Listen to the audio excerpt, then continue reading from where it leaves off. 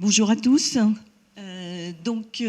Comme a dit Laurent tout à l'heure, SECM, c'est la Société des enseignants-chercheurs au muséum et pas seulement du muséum.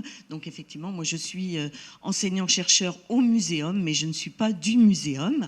Et je vais vous présenter le Master Systématique Évolution Paléontologie au muséum, en accent sur l'utilisation des ressources du muséum, les encadrements, comment ça se passe au muséum, et puis le devenir des étudiants au muséum. Il y a un certain nombre d'intervenants du master qui sont présents dans la salle, donc lors des débats, on pourra discuter de tous les points que j'aurais omis de présenter. Donc l'offre de master du muséum, vous la connaissez les uns et les autres. Il y a donc 7 parcours. Et donc je vais vous présenter le parcours de systématique évolution paléontologie, le parcours SEP. EBE d'ailleurs, puisqu'on en a parlé dans le topo d'avant, correspond aux 2 premiers parcours maintenant, ESIR et EEF. Voilà. Alors avant d'arriver à l'utilisation des ressources, au contenu plus du master, quelques mots juste sur l'origine de sa mise en place. Si la SECM fête ses 10 ans, les masters fêtent leurs 15 ans. Puisque ça a été mis en place en 2004. Et donc, ça s'est construit à partir de ce qui existait avant. Et en particulier, pour SEP, ça s'est construit à partir d'une maîtrise, qui était la maîtrise de biologie des populations et des écosystèmes à l'université, à l'UPMC, qui avait une orientation systématique. Et 2 DEA, un DEA qui était au muséum, le DEA de systématique animale et végétale, et un DEA à l'UPMC qui était le DEA biodiversité, génétique, histoire, mécanisme de l'évolution. Donc c'est une réflexion à partir de ces formations-là, avec un certain nombre de gens, certains qui n'interviennent plus dans le master, mais qui ont joué un rôle important dans la mise en place de cette formation de master, comme Hervé Le Guyadère, Jean Broutin, Pascal Tassy, etc. Et c'est une formation qui est conjointe entre le muséum et Sorbonne Université, avec une volonté de ne pas séparer, bien sûr, l'étude de la systématique sur les organismes actuels et fossiles, et donc d'étudier l'évolution sur le temps long. Et donc, on verra que cette formation est centrée sur les concepts et les méthodes. Donc l'acronyme SEP, ça correspond à Systématique Évolution Paléontologie. Ça a correspondu pendant un temps à Systématique Évolution Paléobiodiversité. C'est une petite anecdote parce que nos collègues de Sorbonne Université avaient trouvé que paléontologie, ça faisait ringard. Et donc, pendant un contrat, il a fallu remplacer paléontologie par paléobiodiversité, ce qui a permis de garder l'acronyme SEP, grâce à Pascal Tassy qui avait eu cette bonne idée. Donc les étudiants, malgré tout, à l'intérieur du master, vont avoir des orientations un petit peu différentes. Et ce qui était une spécialité, bien sûr, est devenu aujourd'hui un parcours, puisque vous savez que depuis la mise en place de la nouvelle nomenclature, on est dans une mention et donc il y a des parties qui, du coup, ont en quelque sorte changé un petit peu d'affectation. On avait une orientation expertise faune-flore qui s'est trouvée rattachée maintenant à la partie écologie, en particulier la partie conservation, ingénierie écologique. Et puis, on a des parcours internationaux qui attirent des étudiants donc, sur la biodiversité végétale tropicale et la biodiversité et les écosystèmes végétaux tropicaux, et qui attirent des étudiants qui peuvent être à la fois des écologues ou des systématiciens. Donc, du coup, les étudiants sont inscrits soit d'un côté, soit de l'autre. Voilà. Donc, depuis la mise en place de la nomenclature, donc c'est un parcours dans la mention biodiversité, écologie et évolution. Cette mention existe du côté du muséum et du côté de Sorbonne Université. C'est donc une formation conjointe et qui accueille de façon assez équilibrée des étudiants des deux côtés. Donc, sur chaque promotion, en M1 comme en M2, on a à peu près une quarantaine d'étudiants. Le contrat pédagogique de chaque étudiant peut cependant inclure des UE qui viennent d'autres parcours, et c'est important, je trouve, d'ouvrir le parcours et de ne pas le restreindre. Alors les objectifs, évidemment, c'est une formation à la recherche sur la systématique, l'évolution et la paléontologie. Donc je vous ai mis quelques titres, enfin titres ou adaptations des titres d'UE. Cette formation, elle est quand même vraiment centrée sur la notion les concepts autour de l'évolution et les méthodes, avec une place importante sur les méthodes phylogénétiques, que ça aille de la cladistique à la phylogénie moléculaire, sur l'anatomie comparée, mais également, je me suis rendu compte que j'ai oublié de le mettre parce qu'elle est importante, une UE par exemple qui est la lecture de l'origine des espèces, qui est faite par Pierre-Henri Gouillon, et on se rend compte que beaucoup d'étudiants, peut-être d'autres, n'ont pas lu l'origine des espèces, et c'est l'occasion de faire lire aux étudiants et d'avoir une UE de discussion à partir de cette lecture de l'origine des espèces. Le master prépare aussi à des aspects plus appliqués de collecte, d'inventaire, d'analyse, d'informatisation des données de biodiversité. Donc, je vous ai mis un certain nombre d'UE. Juste une dernière diapo sur l'implication du coup du muséum dans cette formation. En temps de service pour le muséum, ça représente, d'après les calculs du dernier bilan qui avait été fait pour l'HCERES, 1031 heures par an pour le M1 et le M2. Le muséum étant le plus gros contributeur, représente 49% des heures qui sont faites pour cette formation. Et presque 80 personnes qui sont impliquées. Alors, il y a beaucoup de gens qui n'interviennent que très ponctuellement. Alors, j'ai compté dedans des gens de l'UABS Patrinat, qui sont peut-être pas forcément muséum, c'est vrai. Donc, il y a des gens qui interviennent que pour 1 heure ou 2, mais il y a des gens qui interviennent beaucoup plus. Et là, ça montre un peu la répartition des heures qui sont faites selon le type de personnel du muséum.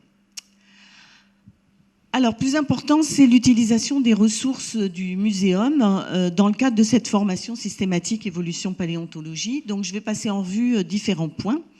La première ressource que l'on utilise, c'est le lieu où on passe tous les jours, c'est le jardin des plantes.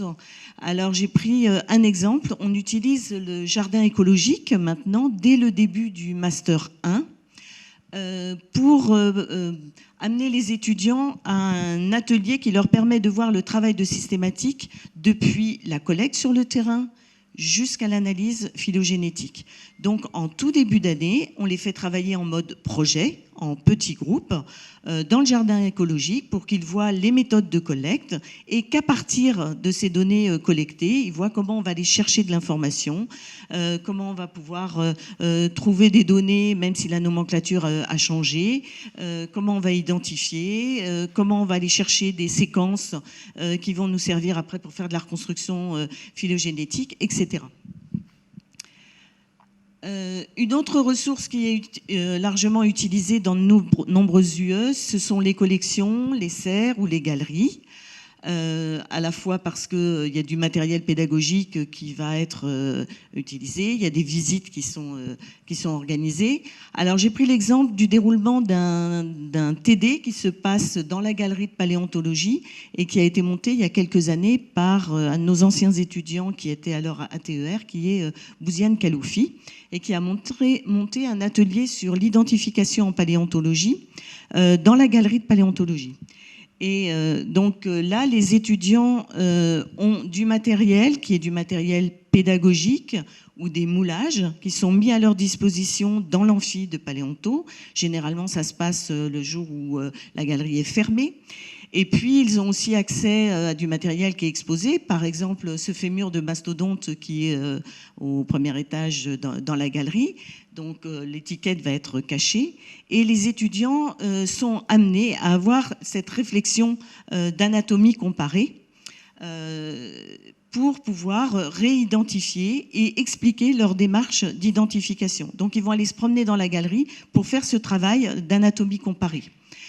Ça leur permet en plus de travailler sur du matériel historique qui a été étudié avant eux pour ce fémur de mastodonte, par Buffon, par Daubenton, dont on voit ici les représentations, ou par Cuvier. Donc ça a aussi une dimension intéressante sur l'histoire de la discipline.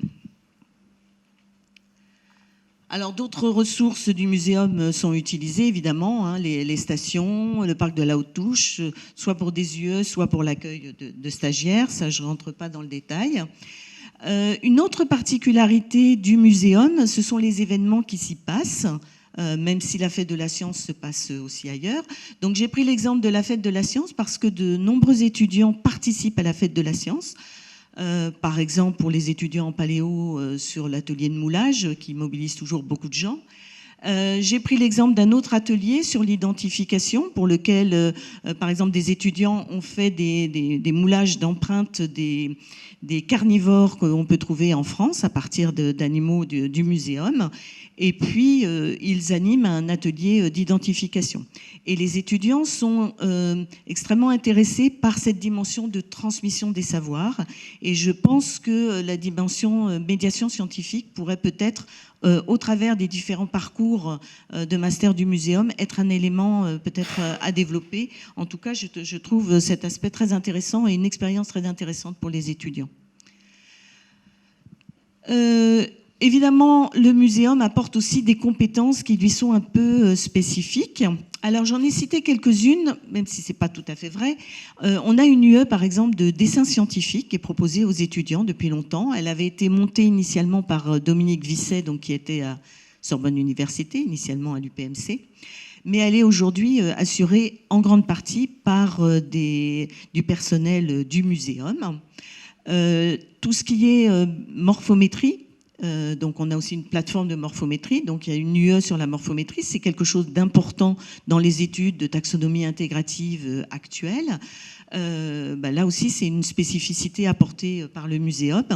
Et puis l'imagerie, dans l'imagerie 3D, les méthodes d'imagerie ont beaucoup évolué et du coup petit à petit dans l'enseignement, une place plus importante a été donnée à l'acquisition des données et à l'imagerie. Donc dès le M1, ils ont l'occasion qu'on leur parle et qu'on leur présente les méthodes d'imagerie.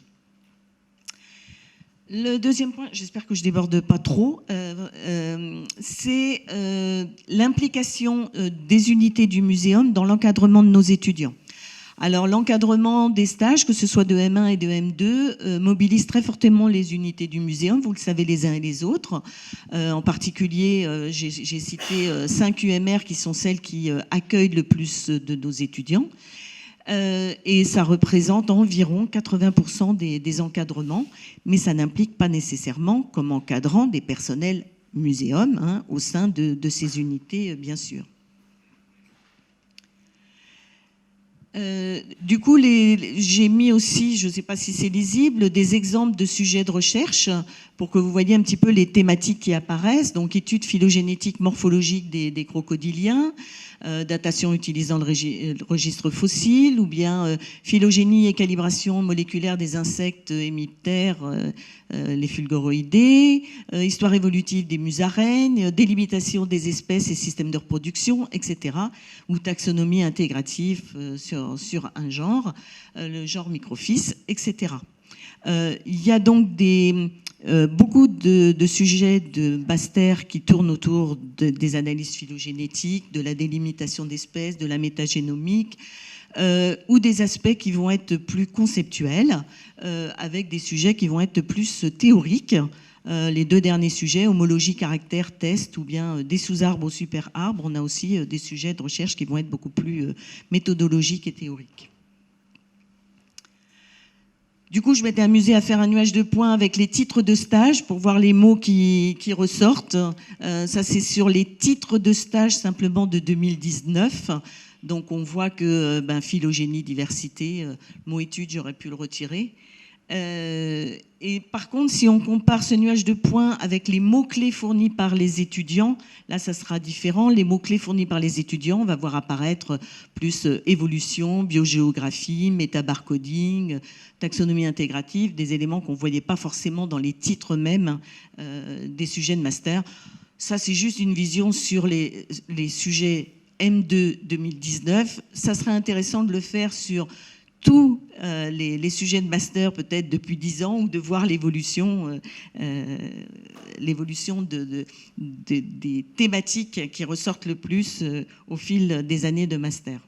Et j'avais fait la même chose sur les titres de des stages de M1 où là, ce qui est identification apparaît plus en avant, mais ce sont des stages qui sont courts. On ne peut pas demander le même type d'études, évidemment, sur un stage qui dure 2 mois ou sur un stage qui en dure 5.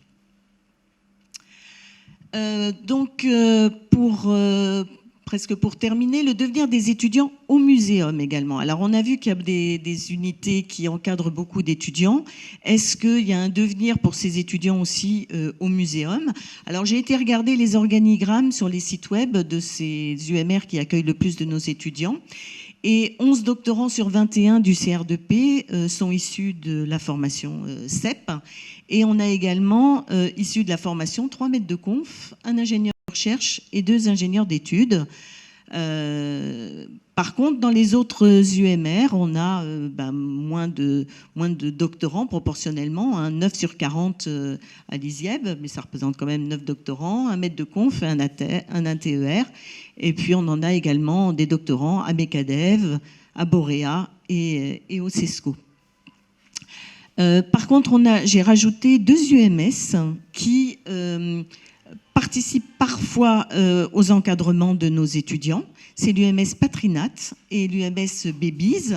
Et l'UMS Patrinat, par contre, dans le devenir de nos étudiants, est une UMS importante. On y trouve aujourd'hui 7 chargés de mission ou responsables de projet qui sont issus de nos formations.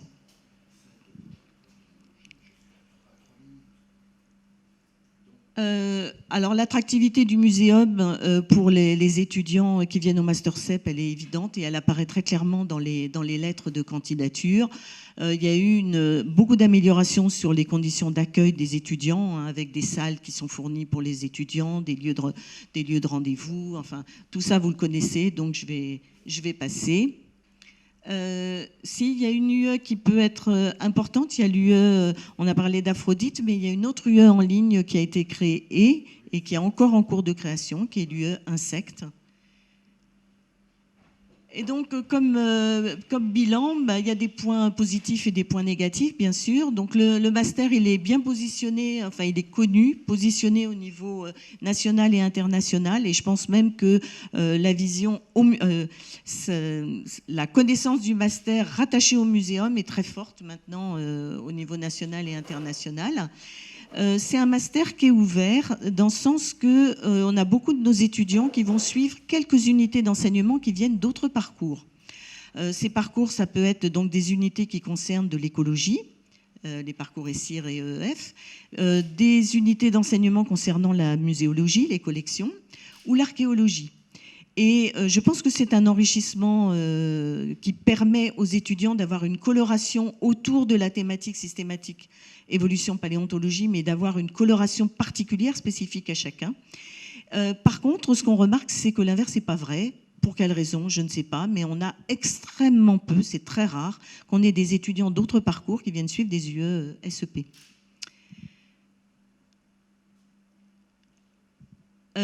Et puis un dernier point qui est peut-être plus négatif, je pense que dans les perspectives, il faut être très vigilant.